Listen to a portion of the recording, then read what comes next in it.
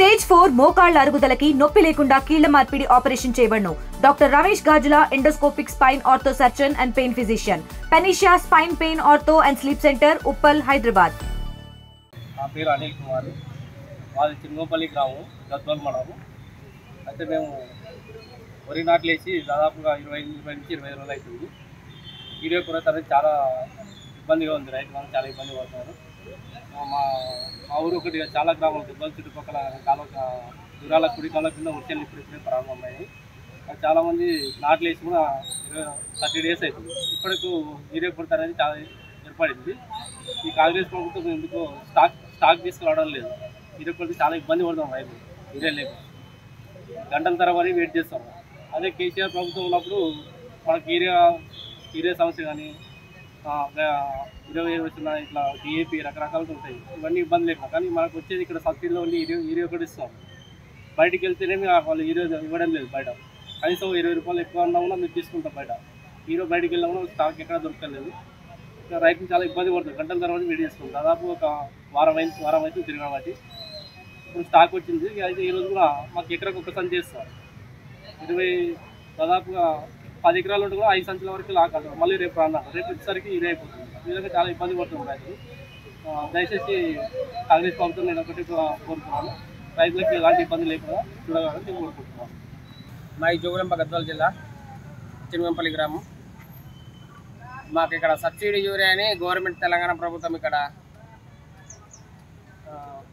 ఇవ్వడం జరుగుతుంది. కాకపోతే షార్టేజ్ ఉండడం వలన యూరియా మరి దుకాణంలో దొరకట్లేదు. సరే 300 500 పర్వాలేదు షాప్లో తీసుకుందామని కూడా షాప్ వాళ్ళు కూడా బొత్తిగా గట్టి మంది తీసుకున్నా, డిఏపీ తీసుకున్నా, ఏవైనా సరే తీసుకున్నా కూడా యూరియా అంటే అసలు బొత్తే లేదు. యూరియా అయితే రావకని షాప్కి అవసరం లేదు అంటున్నారు.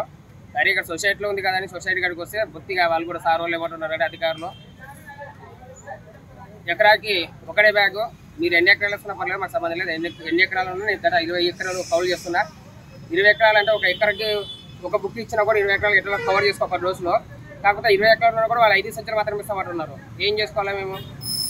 ఒక సంచి తీసుకొని ఏం చేసుకోవడానికి కాదు, చేను కూడా సరిపడతంత చల్లుకోవడానికి కాదు, మాకు దిగుబడి రాదు, ఏం రాదు. కాబట్టి గవర్నమెంట్ ఎలాగైనా సరే అందుబాటులో యూరియా ఇచ్చాలని కోరుకుంటున్నాం. గత కాలం పోల్చుకుంటే ఎప్పుడైనా సరే ఎన్ని స్టాక్ కావాలంటే 2 స్టాకులు, అంటే ఒక బుక్ తీసుకపోయినా కూడా మినిమం 10 సంచులు వేసుకొచ్చిన కాలం ఉన్నాయి. ఒక ఎకరకు 10 సంచులు వేసుకొచ్చకుండా కూడా స్టాక్ తీసుకొని ఏం చేసుకోవాలని ముందు జాగ్రత్తగా తీసుకోకుంటే, ఎందుకంటే గడ్డ కట్టదని చెప్పి కూడా తీసుకోకుండా ఎప్పుడు అవసరం ఉంటే అప్పుడు వచ్చి వేసుకోబోతుంటే. ఇప్పుడేమో ఇంకా నాట్లు ఇప్పుడు స్టార్ట్ అయినాయి.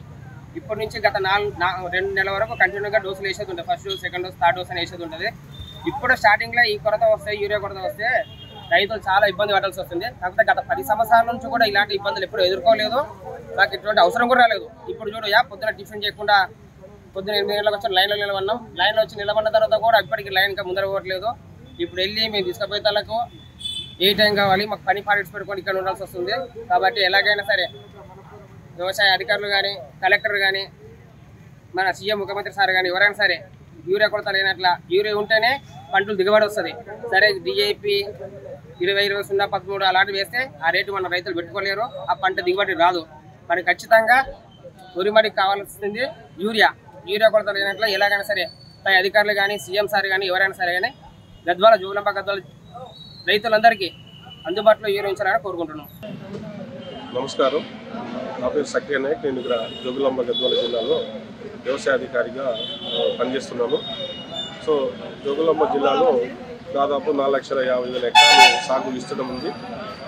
ఈ వానాకాలము మే నెలలోనే తొలగరి కురిసిన వర్షానికి రైతులు అధిక విస్తీర్ణంలో పంటలు సాగు చేసుకోవడం జరిగింది.